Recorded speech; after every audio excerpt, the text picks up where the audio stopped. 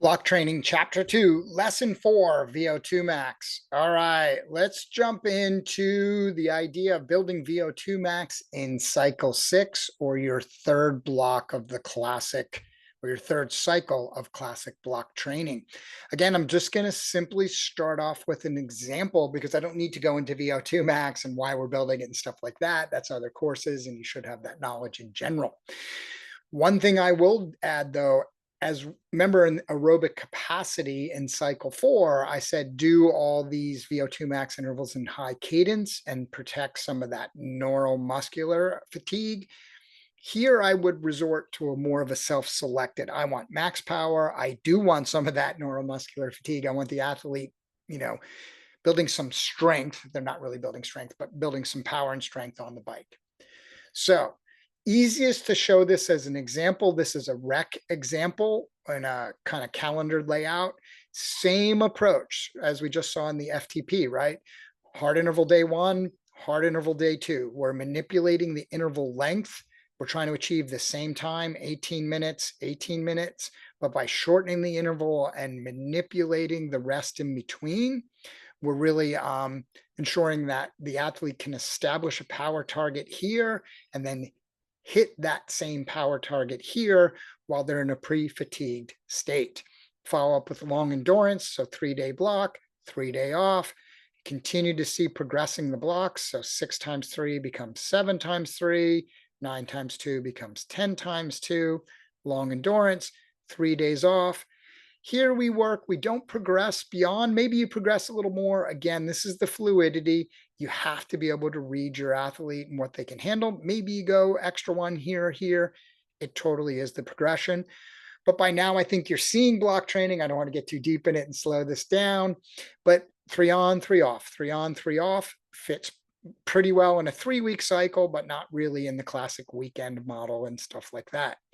You can, like the other, like we just saw in the last 2 cycles, you can adapt this to the weekly cycle.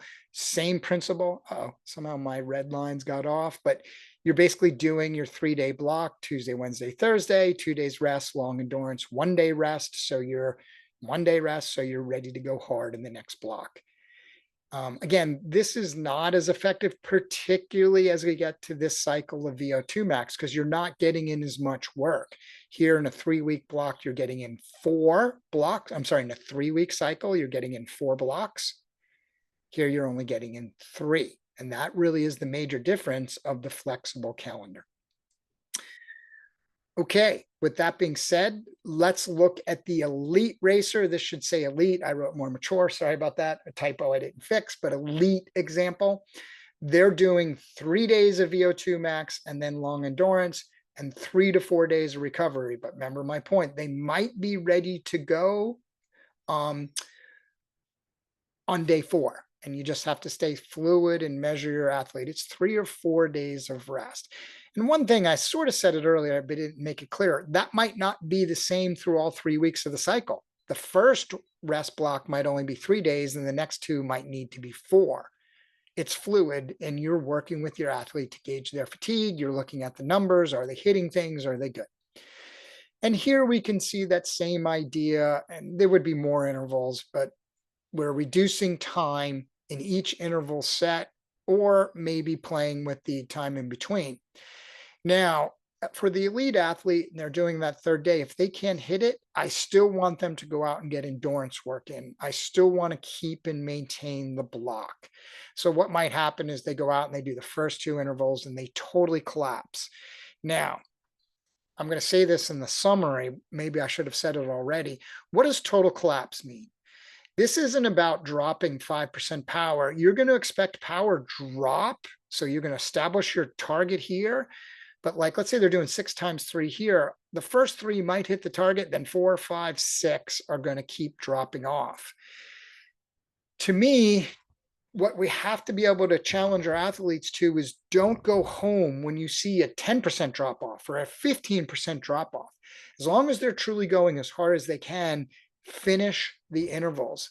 This gets to be a real challenge. I really should have done a chapter on this, and I'll do a little better job in the summary, because even though we tend to think about the power number as the ultimate strain, Power is just the measurement of the stress, the external measurement, right? Strain is what's happening in the system. And if every time I lose a little bit of power, I go home, I'm really not overloading the system well. So let's say you do 300 watts on day one for each interval. And let's say we gave each interval a strain score, what's happening inside. And that strain score was on a scale of 1 to 10 was an 8. It was pretty high strain, right? Now let's say here your average is only 280 across the intervals. That strain score, even though power is 20 watts lower, that strain score might be 8.5 because you're pre-fatigued, you have lower muscle glycogen storage, you're still repairing muscle trauma from the day before. The strain might actually be harder. That's the overload impact we're looking for out of the block. If you make it, well, the athlete says, well, I dropped 10 watts and I felt kind of tired, so I went home. That's the challenge. Man, I should really put this up front a little bit better.